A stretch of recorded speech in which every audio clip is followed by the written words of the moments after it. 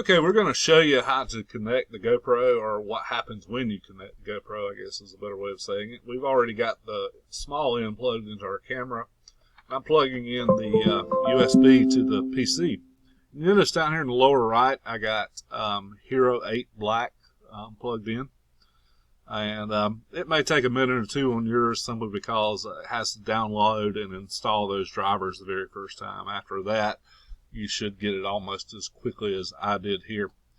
Now, it becomes just like any other camera or any USB drive you hook in. It becomes a volume on your computer. If you notice, I've got File Explorer pinned to the taskbar. If you want to find that, click on the Windows icon and type in FILE, and there's File Explorer. And you see down here under this PC, not under my quick access, but under this PC, and you might have to scroll, you see Hero8 Black.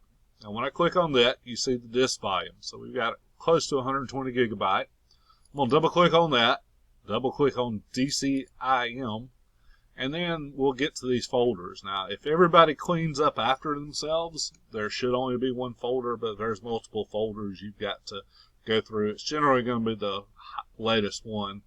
I suspect that the next folder would be 101 GoPro. This one's 100 GoPro, 100 GoPro. So I'm going to click on that. And you see there's a couple of files that we created. So this is how we access those files for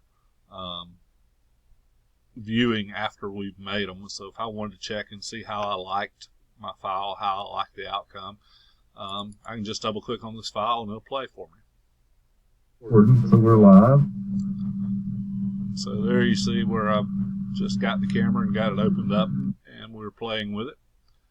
So there's the multiple files, and we'll show you how to join these files together in some other videos and things like that. But this is how to navigate through the camera itself, through the volume, to see the file or files that you're wanting to potentially publish for your students.